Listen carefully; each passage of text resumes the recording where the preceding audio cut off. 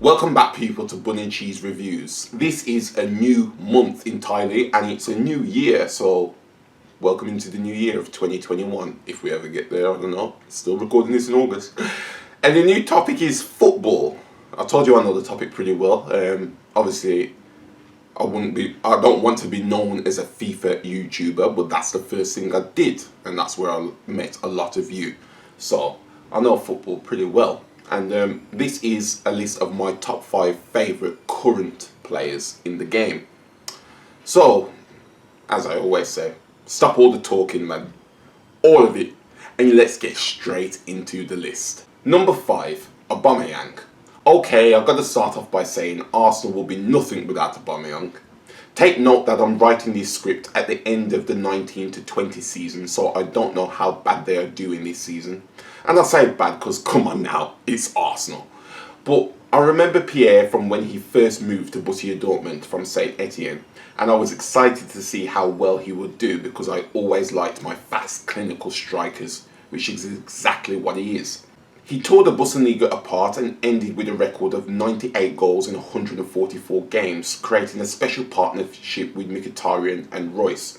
In an unusual January 2018, and I say unusual because Arsenal are cheap like Julius, you know what I'm saying? Arsenal forked over 56 million to Dortmund in order to sign him, and I'd never been so confident from money being spent as an Arsenal fan.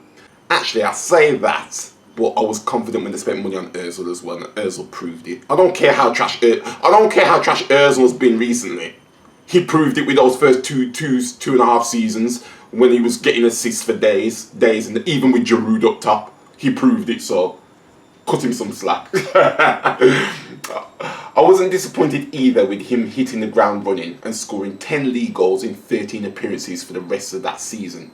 He more than doubled this tally in the 2 consecutive seasons, earning him a shared golden boot in the 18 to 19 season. He's the sort of striker we needed for a long time after RVP left. And at one point I didn't think we'd get one. And it's scary to think of the league position we would have ended up last season if it wasn't for his goals. For that and all his technical abilities, he deserves to be on this spot, on this list. Number 4, Lewandowski. Here's another ex-Dortmund player, and I've got to say, when he was there, I was a massive fan. In an opposite fashion to Aubameyang, he doesn't really rely on pace to score his goals, because let's face it, he doesn't have that much pace. But his positioning is second to none. I'll never forget how he single-handedly destroyed Real Madrid in the semi-final stage of the 12 to 13 season. Scored 4 goals on them in one game. I couldn't believe what I was seeing. It's a shame that in the finals he couldn't bring Dortmund the trophy, as I think most neutrals were rooting for them after that performance. Then he moved to the other side, Bayern Munich, and I can't lie, my interest in him kind of waned a little bit because of that. But still, in the 15 to 16 season, he produced something that didn't even sound legitimate at the time that I heard. Even now still sounds somewhat far-fetched. He scored 5 goals in 9 minutes against Wolfsburg. Yes, you heard me right. 5 goals in 9 minutes. And what makes it even more impressive is the fact he started the game as a substitute. For the past 5 Bundesliga seasons, he has won the Golden Boot 4 times, currently holds 3 of them consecutively. He's without a doubt the most complete out-and-out striker in the world. It's just a shame his TikTok account screams embarrassing dad on social media.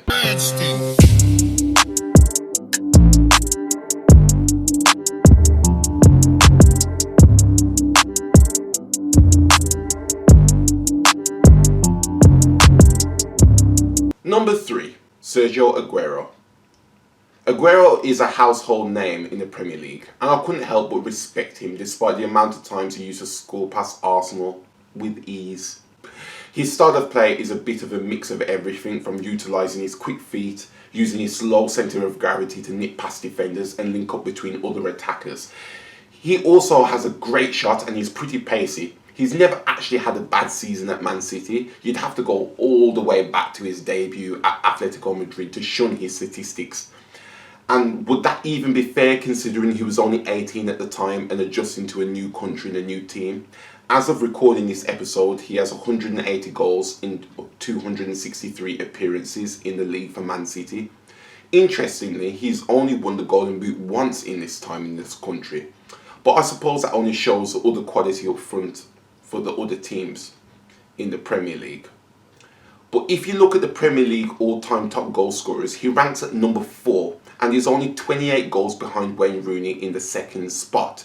You'd think if he stays at Man City beyond the end of his current contract, ending this year, as you see this video, he would clinch that second spot.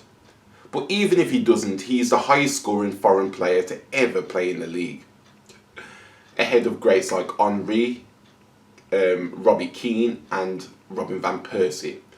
The Aguero moment is something every football fan will remember, with his persistence and determination cause him not to go down under challenge and finish from inside the box, earning his team the Premier League title in the dying minutes of the 2011-12 season, in the most iconic moment of this Premier League era. Number 2, Lionel Messi, regarded by many as the current best player in the world, and many means me too. So I bet you're wondering, if I think he's the best player in the world, why is he second on this list? I'll explain that later. Again, just like Aguero, you have to go all the way back to find him have a poor season statistically, and as I write this script, he's currently 7th on the list for players with the most goals in history. You heard me right, in history. 74 goals away from that top spot. With the fact he still turns around crazy statistics at the age of 33, you'd think he wouldn't be too crazy to think he would achieve that spot before he retires. Known for his insanely quick feet and agility, he possesses everything else you'd want as an attacker too, with a killer shot, great set piece taker, insane passing skills, and just a great teammate in general, and leader of course, for Barcelona. He is currently second on the top scorers list for the Champions League, and by some margin too. It's hard to believe we will see anybody top his record anytime soon.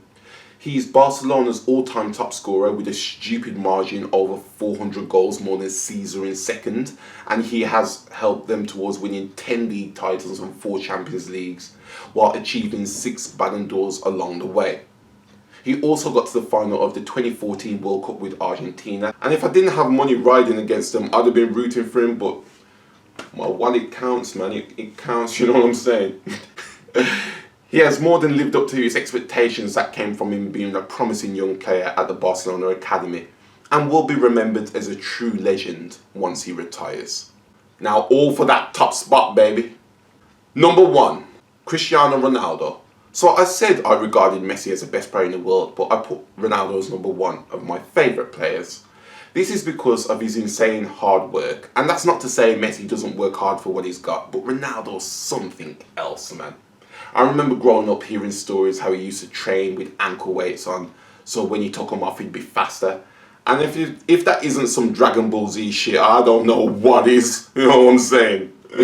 Hyperbolic time chamber, 10 times gravity, you know what I'm saying if you say Dragon Ball Z. He's the first person at practice and the last person there. He truly has dedicated his whole life to being the best, and he's definitely in that category for sure. He's a physical specimen, taking care of his body to be able to play at the highest level for as long as possible. And at the current age of 35 years old, he's not exactly slowing down that much either. I'll be surprised if he still isn't playing in the Major League or the MLS at 40. He is 4th on the list of all-time scorers in history. So you better believe by the time he retires, both him and Messi will be sitting at top 2. He has won league titles in 3 of the 5 major leagues in Europe. These are 3 Premier Leagues with Manchester United, 2 La Liga titles with Real Madrid, and currently 2 Serie A titles with Juventus, all while helping those first 2 clubs with 5 Champions League titles between them, and achieving 5 Ballon d'Ors during this time too. Every time I'm watching him play, he inspires me to do better in whatever I want to achieve in life, and that's why he pips this top spot of my favourite players list. So that is it, guys, my top 5 favourite current footballers. As I'll say nearly every topic, if you want me to do a top 5 something, comment it down below. I'm listening to all of you. As long as I know it well, I'll do it, because I don't want to be talking absolute doo-doo on these, you know what I'm saying? I want to be knowing even if I know somewhat of what I'm doing, I still have to do a bit of research, so it's quite difficult to plan all this and get it all together, but I still enjoy it. So if you want anything that you know I'm good at, comment down below. So until then, until next time, until next week of a new top 5, I will see you then.